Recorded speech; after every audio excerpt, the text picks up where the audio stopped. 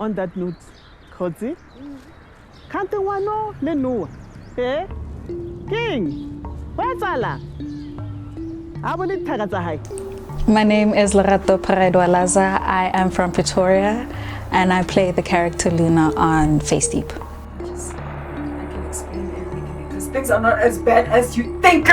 Firstly, it's a film that speaks on a sociopathic character, and I've always wanted to challenge myself to that extent as an actress to see the boundaries and limits I can take in playing a mental character. See, I knew something was off about you.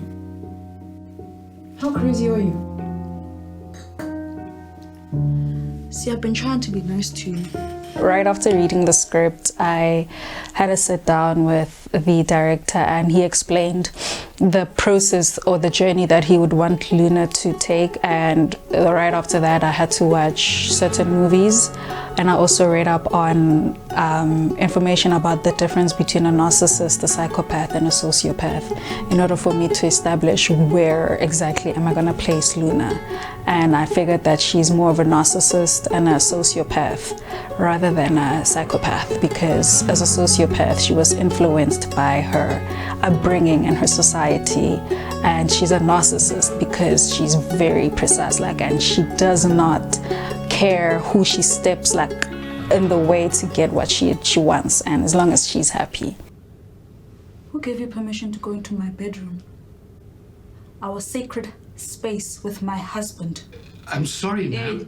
I don't know what's going on here, man, but I feel violated right now. Okay? There's a time where I've always, as an actress, wanted to seek validation and confirmation that, oh, you did great, or na.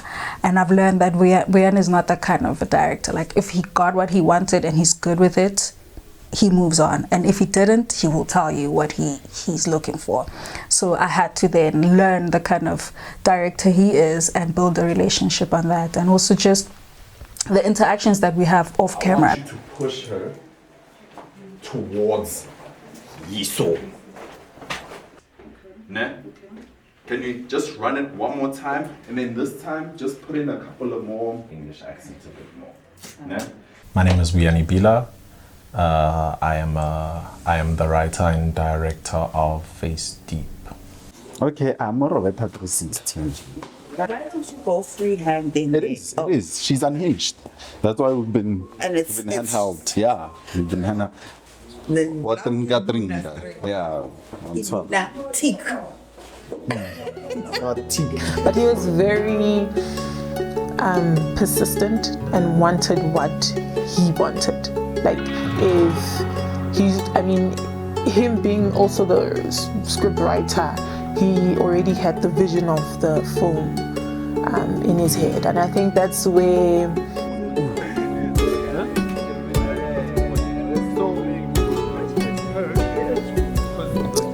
I could say it comes as a disadvantage when the director is the writer of the film, because they've already created the film in their head, and when they come into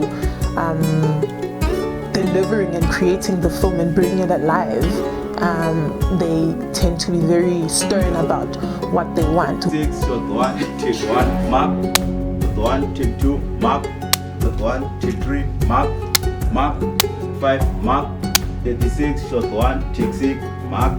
Whereas taking a director that didn't write the film will tend to compromise there and then and say, no, it's fine, I can use that rather than that. Oh, we can change the scene for that, But with us, it was him saying that I want this. But that also came as not only just a disadvantage, but also as a huge advantage, because then it pushed us to get those things, and I feel like getting those things made, that it gave the film more value. The day where we had to get an ambulance and a police van. We were trying to make shift and create our own police van, and he said, I want a real I want a real ambulance. And for me as a producer, that means I have to take out a whole lot of money to get those things. But besides the money, the value that brought to the film itself, the believability of even when we sell it, how much value it will have towards the production itself. The third act of the film, shooting that last act, was quite rewarding. It actually, like, when we see Luna, for who she is, that day, yeah, it was, and I knew the day before that this is gonna be a big day. And for some reason, I put on my good pants, and there was blood all over, but it was an interesting day. That day, I saw the vision come to life, and Lerato was like going crazy. I couldn't even see Lerato at some point. I had to look in her eyes like, hey, Joe, are you still there? Because she was like fully locked in. And She was horrid. Knew it. Except you two blind rats in this fucking house. Everything she got, she fucking deserved it. on that day particularly, I was even adamant on playing the right music for her to make her get into character, because I know this is the type of music I'm looking for, and that was quite fulfilling to build that atmosphere. So that's my favorite day.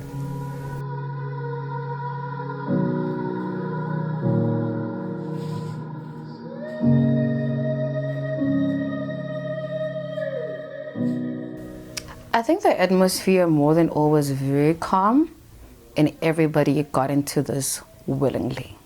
And the first thing for me, I remember the first day I was like, we're gonna make sure that we're not gonna swear on the set, we're not gonna shout, we're not gonna make noise. We're gonna make sure that this space is conducive for everybody. I've been in a lot of sets that are very toxic, but let's all do and fulfill our duties in a conducive space. I think on the first day we set the tone as to what we would like, and I think the word that I screamed the most was respect. For me, more than anything, respect plays a big thing. Respect plays a big thing in the process of creating a film, because if there's no common respect, then that's where all the toxic energy comes in. So I think we did well. What attracted me was the fact that they actually her mental state at her young age, and I've always wanted to be in a psychological thriller story. I mean, it's my favorite genre, so I was actually excited about it. Naomi, I know you're not dumb, and I know you're smart enough to keep what you saw to yourself. In fact, what exactly did you see? Nothing. I was told that Mimi is young, she is beautiful, she basically kind of resembles that young wife. Elegant in the corporate world, and I think it fit me quite well because I'm a young, beautiful woman. It was a tricky one because she's a bit evil. She's two-sided, she's two-sided, or what's the word I can use? Very sly. So I'll pretend your mother's not here, and I'll be on my merry. That nothing you saw didn't happen. So during the developing, so we developed it phase 1 inside, and then while I was pitching to like a potential investor, very now a close friend, but also my accountant, we were at his company, me and Matabo, and then he said something quite important that I even texted him the next day while I was at the library writing. He said, so this girl is just bad. She's just bad. And I was like, yeah, just some people are just born that way. No. And then he said, but like, so we don't feel a little bit sorry for her? And then got me thinking. The next day when I was at the library while I was writing the script, I was like, he's actually kind of right, you know. And Noah's family was too perfect. So Amo gave me that idea, that seed. I was like, this is also face deep, and Noah's family has to also have something beneath the face, that it's just the perfect family. So that's why I made Mimi Sonto also have sins. And yeah, that's what inspired that little thing to anchor. It gives Luna's character, or Naomi's character, that push to say, yeah, it's not like she was just crazy, you know, but it's not justified what she did, but it's understandable. It gave makes a reason. Yeah, it makes the audience, you know, think to say, you know, there's reason behind this. It's not just somebody, you know.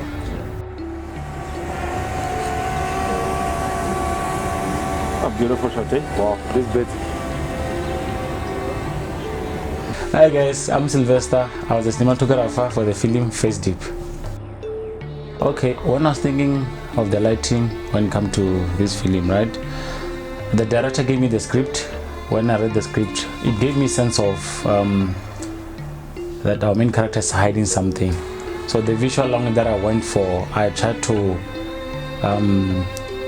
light it, to use backlight as much as possible, because our character, there's some truth that is hiding deep within the story. So I went for, you know, backlighting more than conventional styling, whereby 3-point lighting, you highlight the face, things like that. So it was more of a backlighting more than anything else. I think that's what will help the story to come out through how the director imagined it. With me, because I can. No, I like to be sharp. Maybe if you can just have that light even more, like, you know, yeah, just some sound of the light. Yeah, I can deal with it. Yeah, it's fine. Usually the challenges come whereby you have an idea but you cannot execute it because, you know, real life and the ideas don't match sometimes. So sometimes the space might be too small, you know. Trying to go in for that backlighting type of lighting. Backlight, the walls are wide, so it will reflect all over the place. So those are one of the challenges that I made, whereby you want to go for this sinister look, right? But the room is not allowing, right? So the walls, and then the other thing is that different skin tones. Some people are light, some people are dark, so that also became a challenge. But with the team that I have, we did the best that we could, so that we can, you know, portray the story how the director wants it.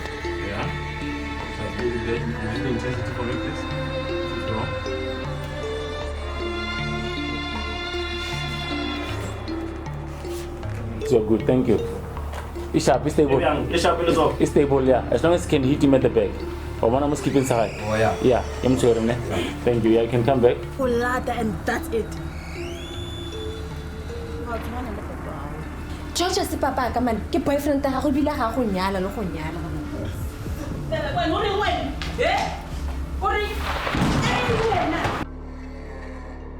I am Tadi the creative.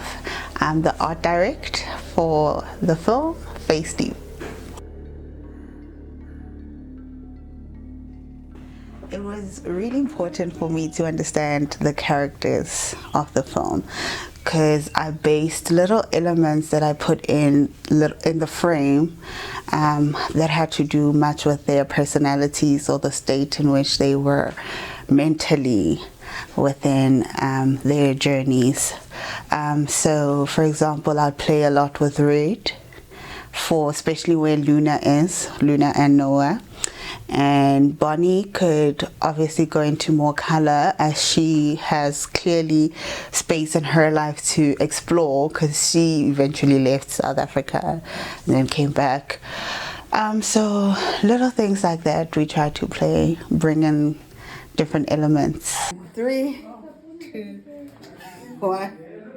Yeah, you see, I need to. It will, let it come, it looks like a drop, ne?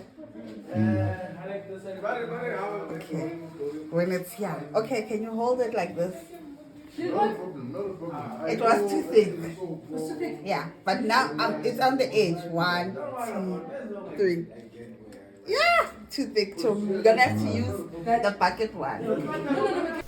For example, I would bring in items that would stand out and just create a different atmosphere in the room instead of changing the entire room.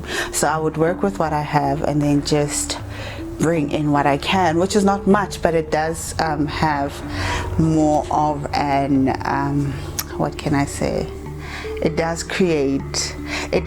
grab your attention to a certain degree, but without taking away from the character. And they do have some subtext behind some of the items that were included on each frame. Nothing has changed. Everything is still exactly the way. Hi, my name is Labahang Matlaba and I am the HOD of wardrobe for the movie Face Deep. So I had to start by breaking down the script, understanding each character, and from there you're able to kind of understand how each person dresses and where the inspiration from how they appear to be comes from. So it's very, very important to analyze the character itself. My most memorable scene was us being introduced to Luna. I enjoyed dressing her because I feel like I understand her style a lot. I think we relate, yeah, we relate a bit in terms of style, but not her character. It was a great experience. It was really good. Working close with Vianney, I think he's a very easygoing person and is very easy to speak to. And he's able to break down things in a way that you're able to like understand what exactly it is he's going for. He's able to make you visualize what it is without you seeing it. So going hand in hand with that, I think that's another very important thing to do. Speaking to the director himself, because this is his vision. It was his creation. When he closed his eyes and he was writing the script, that was what he saw. So we have to work hand in hand with each other to make it come to life.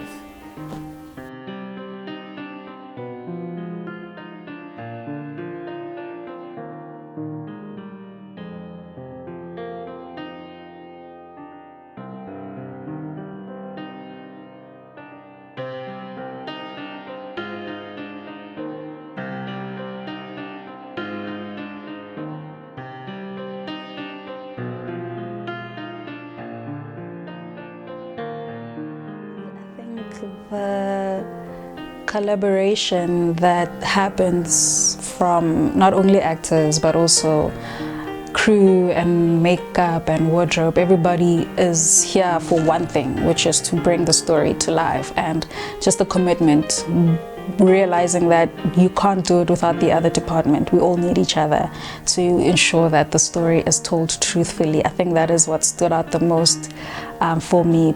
Seeing people how passionate and how really good they are with their career, like really, I think that's one thing I'm gonna carry outside as well, like respecting one another and like making sure that in as much as we might have our own personal differences, if there are, but when it comes to the story, we commit it. Yeah.